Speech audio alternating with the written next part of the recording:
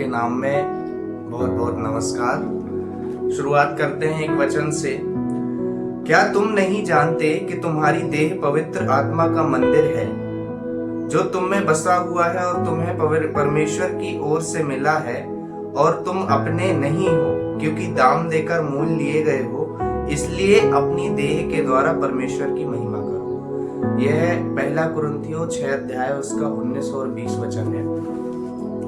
तो आज हम इसी वचन पर मनन करेंगे कि जो हमारी देह है वो परमेश्वर का मंदिर है। आइए हम उससे पहले एक छोटी सी प्रार्थना करें। हे सनातन काल के जीवित सामर्थी प्रभु, हम आपके चरणों के सिंहासन के तले आते हैं, आपकी महिमा करते हैं कि आपने बीते वक्त हमें संभाले रखा। प्रभु, आने वाले समय में जो हम वचन सीखने जा रहे हैं, सहायता कीजिएगा कि हम उसे अपनी देह में उतारने वाले हों। प्रभु, उस पर मनन करने वाले हों। आप हमें सहायता कीजिएगा कि अपनी दिनचर्या में ढाल के हम उस वचन पर चलने वाले हों। आराधना की अगुवाई आप कीजिए, वचन में अगुवाई आप कीजिए। प्रार्थना यीशु नाम में मांगते हैं, आमीन। तो साथियों, जैसा हमारा ये वचन था जिसमें हमने सीखा कि जो हमारी देह है वह परमेश्वर का मंदिर है और हम दाम देकर मोल लिए गए हैं। हमें इससे क्या करना है? महिमा करना है। साथियों, हम पाते हैं आज के वक्त में कई सारे ऐसे लोग हैं जो अपनी देह का ख्याल नहीं रखते हैं। छोटी सी एक क्षण के जो सुकून है उसके लिए वो नाना प्रकार के नशों का उपयोग करते हैं। नशे के अलावा कई लोग चिंताओं में अपने जीवन को बिताते हैं। कई लोग अपनी दिनचर्या को खराब रखते हैं जिससे उनके शरीर को नुकसान होता है। साथियों, मैं आपको बताना चाहूं कि आप अगर ईश्वर की आराधना करना चाहते हैं और उसके मंदिर जाना चाहते हैं तो ईश्वर का जो सबसे बड़ा मंदिर है वो आप स्वयं हैं। आप पहले अपनी देह की रखवाली कीजिए, आप पहले अपने मन की, अपनी आत्मा की रखवाली कीजिए। निश्चय आप में जो आत्मा जो परमात्मा से मिली है वो प्रसन्न होगी। आप दान देकर मोल लिए गए हैं, इस बात का ध्यान रखिए। अपनी देह को ईश्वर की, परमेश्वर की महिमा में उपयोग लाइए।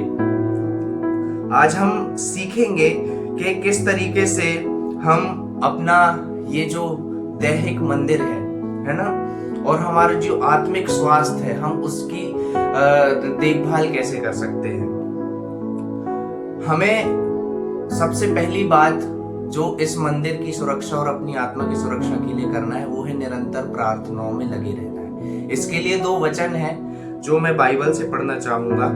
पहला वचन जो कि लिखा है पहला थिस्सलुनीकियों में उसकी 5 और 17 में, निरंतर प्रार्थना करते रहो। ये हमें प्रेरित के द्वारा कहा गया है। फिलिपियों में भी कुछ ऐसी ही बात लिखी है कि किसी बात की चिंता ना करो, पर हर बात में प्रार्थना और विनती के द्वारा अपनी विनती परमेश्वर के सामने रखो। हम सुबह उठते हैं हड़बड़ में और दिन भर की बातों में लग जाते हैं, चिंताओं में लग जाते हैं। साथियों, मैं आपको एक बात बताना चाहूंगा। वचन कहता है चिंता करके मनुष्य ना अपने जीवन का एक घड़ी बढ़ा सकता है ना उससे घटा सकता है। आप अपनी चिंताओं को अपनी प्रार्थनाओं में बदल दीजिए और देखिए कि कैसे सारी बातें अपने आप आपको पूरी दिखेंगी। हमारे जीवन में प्रार्थनाओं की कमी होती है जिसके कारण हम अपने अंदर एक खालीपन महसूस करते हैं। आप निश्चय कोई भी सुख प्राप्त करने की कोशिश कर लीजिए, लेकिन जो संतोष और आत्मा की शांति है वो आपको तभी मिलेगी जब आप अपने परमेश्वर के समीप जाके उससे प्रार्थनाएं करेंगे, बातें करेंगे। आपको दूसरे लोगों की ओर से ये हो सकता है कि बाकी लोग आपकी बातें सुन के किसी दूसरे को बताएं, आपकी सहायता करें ना करें और आपका उपहास सुनाएं, लेकिन प्यारों, प्रार्थना के माध्यम से जब आप अपने जीवन की सारी बातें अपने कर्ता यानी परमेश्वर को बताते हैं तो मैं निश्चय कह सकता हूँ कि वो हर बात में विश्वासी है। आप उस पर विश्वास करेंगे तो सारी बात जब आप उसके सामने रखेंगे तो आप रास्तों को खुलते देखेंगे अपने जीवन में। पहली बात हमने क्या सीखी? हमें प्रार्थना में रखना, प्रार्थना प्रतिदिन करना है, निरंतर प्रार्थना में बने रहना है। किस चीज के लिए? अपनी आत्मिक जो स्वास्थ्य है उसको अच्छा रखने के लिए। दूसरा, हम अपने जो आत्मिक स्वास्थ्य है उसको अच्छा रखने के लिए क्या करेंगे? प्रतिदिन वचन पर मनन करें। वचन पढ़िए और मनन कीजिए। भजन संहिता के पहले अध्याय के 2 और 3 में लिखा है, धन्य है वह जो यहोवा की व्यवस्था से प्रसन्न रहता है, वह जल की धाराओं के किनारे लगाए हुए वृक्ष के समान है। इसी प्रकार यहोशू 1:8 में लिखा है, व्यवस्था की यह पुस्तक तेरे मुख से कभी ना हटे, क्योंकि तभी तू सफल होगा। हमें जब अच्छा फल चाहिए तो हमें उसके लिए अच्छा बीज लगाना पड़ेगा। अच्छा बीज कहाँ से आएगा? जब आप अच्छी बातें सीखेंगे, आप जब वचन पे मनन करेंगे। निश्चय साथियों, वचन जीवित तौर पे आपसे बात करता है। बस एक बात जो आपको ध्यान रखनी है कि आप कैसे वचन के पास जाते हैं। कई लोगों के बारे में मैं देखता हूं कि उनकी बाइबलों में धूल जमी होती है। वो दुनियादारी में इतने उलझ जाते हैं कि वचन पे कभी मनन नहीं कर पाते हैं। तो अगर आपको अपनी आत्मा को स्वस्थ रखना है तो दूसरी बात जो आपको ध्यान रखनी होगी वह यह है कि आपको प्रतिदिन वचन पर मनन करना होगा। तीसरी चीज जो हमें अपनी आत्मा के स्वास्थ्य को अच्छा रखने के लिए करनी है वो है जो कि रोमियो 12:2 में लिखा है, इस संसार के सदृश ना बनो, परंतु अपने मन में नए हो जाने से बदलते जाओ। और फिलिपियों 4:8 में लिखा है, जो कुछ सत्य, पवित्र और प्रशंसनीय है उन्हीं बातों पर ध्यान लगाया करो।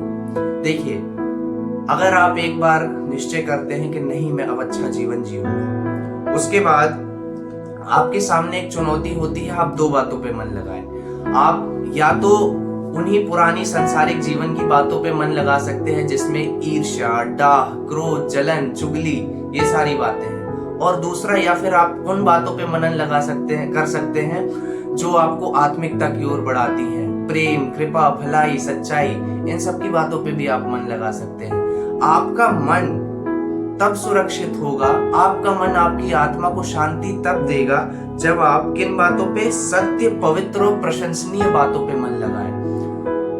नकारात्मक बातों से अपने आप को दूर रखें। इससे क्या होगा कि जो आपका मन है वो अस्थिर होगा। इससे आपका जो देह का मंदिर है वो भी अस्थिर होगा। इसके बाद चौथी जो बात हमें याद रखनी है अपने आत्मिक स्वास्थ्य को अच्छा रखने के लिए, वो है प्रेम और अच्छे चरित्र में बढ़े। गलातियों की पुस्तक में लिखा है, आत्मा का फल प्रेम, आनंद, शांति, धैर्य, कृपा, भलाई है। और मीका में लिखा है, न्याय से काम करना, दया से प्रेम रखना और अपने परमेश्वर के साथ नम्रता से चलना। सबसे कठिन बात है जो मसीहियों को अपने जीवन में लागू करने में समस्या होती है कि जैसा आपके विरोधी आपसे करें आप वैसा मत कीजिए। आप उस विरोध के बदले उन्हें प्रेम दीजिए। आपके प्रेम करने वालों से तो आप प्रेम आसानी से कर सकते हैं, लेकिन जो आपसे प्रेम नहीं करता है, जो आपसे नफरत करता है, जो आपकी बुराई करता है, आप उससे प्रेम रखिए, तब आप पवित्र आचरण में बढ़ते कहलाएंगे। क्योंकि हम परमात्मा के अंग हैं और आत्मा के फल क्या है? जो कि इस वचन में लिखा था, प्रेम है, आनंद है, शांति है, धैर्य है, कृपा है। यदि हमारे जीवन में प्रेम नहीं है तो आप समझ लीजिए कि आप उस परमात्मा से दूर हो रहे हैं। आपके मंदिर की जो आत्मा है वो हानि में जा रही है। और एक जो निर्देश हमें परमेश्वर की ओर से मिलता है इस जीवन को, ये जो भौतिक जीवन है, इसे जीने के लिए कि न्याय से काम करना, दया से प्रेम रखना। हम छोटी छोटी बातों में अगर किसी का मुंह देखा बोलने लगे, यानी ताकत के आगे झुक जाए और अन्याय से प्रीति रखने लगे, तो प्यारों ये सबसे बुरी बात है। कोई भी दशा आए, आपको सदैव ये याद रखना है कि आप सदैव सत्य के साथ खड़े होंगे। आप किसी के प्रति झूठी गवाही मत दीजिए। ऐसा करने से आप अपने कर्ता को दुखी करते हैं। दया से प्रेम रखना है। हाँ, यही वचन हमें पहाड़ी उपदेशों में भी मिलता है दया के विषय में। दया हमारे जीवन में एक सुकून को लेके आती है। वो सुकून क्या है? जब आप किसी को कुछ देते हैं तो वो तो ले लेता है आपने जो भी उसे दिया है, लेकिन उसके बदले जो आशीषें और धन्यवाद उस ईश्वर तक जाता है, वो ईश्वर की ओर से आपके पास आता है, वो आपके चेहरे में मुस्कान बन के झलकता है। तो हमें मौके ढूंढना है कि हम कब किसी के साथ अच्छा कर सके, हम कब किसी को अपना प्रेम बांट सके और अपने परमेश्वर के साथ नम्रता से चलना है। ये तो सबसे पहली बात है जो हमें याद रखनी है कि धन्य है वह जो यहोवा का भय मानता है। भय, यहोवा का भय मानना बुद्धि का मूल है। यदि हम ईश्वर का भय मानेंगे तो हम वैसे भी सारी बुराइयों से दूर ही चलेंगे। पांचवी बात, शरीर का ध्यान रखना। जैसा हमने कुरिन्थियों में देखा 6:19-20 में कि आपका शरीर क्या है, परमात्मा का मंदिर है। साथियों, इसे आपका जो शरीर का मंदिर है, आपका जो मन है वो ईश्वर का मंदिर है। तो इसमें आप चिंताओं को मत आने दीजिए, इसमें आप बुराई को मत आने दीजिए, इसमें जो भी दुनिया भर की नकारात्मक बातें हैं आप उसे मत आने दीजिए। और अपनी देह का ध्यान भी रखिए। आप अपनी देह का ध्यान कैसे रख सकते हैं? अपनी दिनचर्या को अच्छा कीजिए, अच्छा खाइए, और सबसे बड़ी बात है प्रेम में खुशहाली से जीवन व्यतीत कीजिए। एक दूसरे से प्रेम बांटेंगे तो सब वैसे भी अच्छा होगा। दानियल के जीवन में भी ऐसा था कि वो साग पात खा के भी चमक रहा था। तो खाना तो ठीक है, आप उसके साथ प्रेम भी बांटिए, उससे क्या होगा कि आपके चेहरे की चमक बढ़ेगी। इसके बाद हमें जो जरूरी है कि अगर हमें अपने शरीर के मंदिर को अच्छा रखना है तो हमें अपने मन की जो शांति है उसे सुरक्षित रखना पड़ेगा। हम कैसे स्थिर रहे, कैसे संतोष में जीवन व्यतीत करें, इस विषय में हम कुछ वचनों का मनन करेंगे। तो मन की शांति की रक्षा करने के लिए हमारा जो पहला लक्ष्य है वह क्या है कि चिंता छोड़े, परमेश्वर पर भरोसा रखें। फिलिपियों के 4:6 और 7 में लिखा है, किसी बात की चिंता ना करो और परमेश्वर की शांति जो सारी समझ से परे है तुम्हारे हृदय और विचारों की रक्षा करेगी। मैंने पहले भी आपसे कहा है कि चिंता करके ना मनुष्य अपने जीवन की एक घड़ी बढ़ा सकता है ना घटा सकता है। व्यर्थ ही मनुष्य चिंता करता है। चिंता करने से उसे कुछ लाभ नहीं होता है। आज के समय में इस भागदौड़ भरी जिंदगी में जब लोग बहुत ज्यादा भौतिकवाद की ओर भाग रहे हैं, लोगों को छोटी छोटी बातों की चिंता होती है। लोगों को इन बातों की चिंता होती है कि हम क्या पहनना है, हमें क्या नहीं पहनना है, आगे हमें क्या करने जाना है, नहीं जाना है। एक पॉज लीजिए, मतलब थोड़े समय का गहरी सांस लीजिए और शांति से सोचिए, जो होना है वो तो होगा ही। तो इस बारे में चिंता करके आपको क्या होगा? हाँ, आप एक काम कर सकते हैं कि सकारात्मक तौर पे योजनाओं को बना के ईश्वर से मांगिए, तो जो उचित होगा वो अपने आप आपको समय पे चिता दिया जाएगा। चिंता करने से आपका कोई लाभ नहीं होने वाला उसमें। चिंता करके हम देखते हैं कई पढ़ने वाले बच्चे जो होते हैं वो आत्महत्या कर लेते हैं। उन्हें एक छोटी परीक्षा का डर लगता है, उन्हें इस बात की चिंता होती है कि उनकी मेहनत के बाद वो अपने जो घर वाले हैं उनको क्या मुंह दिखाएंगे। देखिए, अगर आप परीक्षा पास करते हैं तो भी परीक्षा पास करने वाले की भी जिंदगी चलती है और नहीं करने वाले की भी जिंदगी चलती है। तो अपनी जिंदगी को इतना छोटा क्यों बनाना कि आप एक छोटे से परीक्षा की चिंता में अपनी जो जीवन है उसको बलिदान कर दें।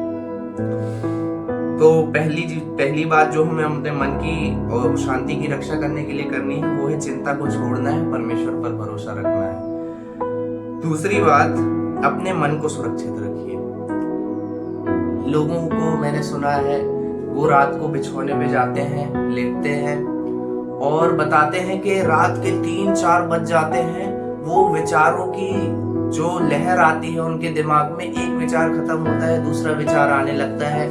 वो ऐसी व्यर्थ बातें सोचते हैं जिनका कोई अस्तित्व ही नहीं है। तो उनके मन की सुरक्षा कैसे होगी? उसके पीछे भी ये कारण है कि दिन भर उनने सही से अपना दिनचर्या को नहीं बिताया है और उसके अलावा अपने खान पान को अच्छा नहीं रखा है। कई सारी बातें हैं।